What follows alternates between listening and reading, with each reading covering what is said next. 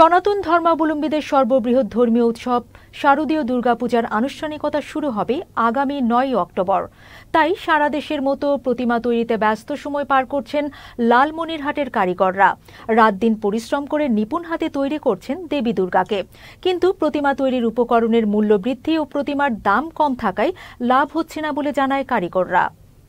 আগে তো খুব উৎসব আসলো, ৩-৪ মাস আগে প্রতিমার অর্ডার আসি, আর এবার এমন হয়েছে 1 মাস আগ-পাশে আর কি অর্ডার আসছে, যেখানে বানাই 5-6 খান সেখানে এবার 2-3 খান। আমরা পুজো এবারে ভালো করে করতে চাই, কিন্তু এবারে যেন কোনো বিশৃঙ্খলা না ঘটে, আমরা এইটাই চাই পূজাতে। আমরা হিন্দুরা যে পূজা পার্বণ করব, আমরা মহিলা মানুষ যাব, কোনো যেন ইয়া হয় না, এই মনের আনন্দে পূজা সব করব। পুজো উৎসব তো ভালো হওয়ার কথা, এখন কী যে হবে এটাও কওয়া যায় না। এবারে পূজা তো মনে করেন দেখতেছি চলছে, মানে গতবার তুলনায় একটু কম হবে। আমি তো আমার বাপের আমল থেকে আমি এই মালাগুলো কাজ করি, বুঝছেন। আর দামের দিক দিয়ে বর্তমান কিন্তু আমার পোষাচ্ছে না, বুঝছেন। বর্তমান লেবার খরচ বেশি।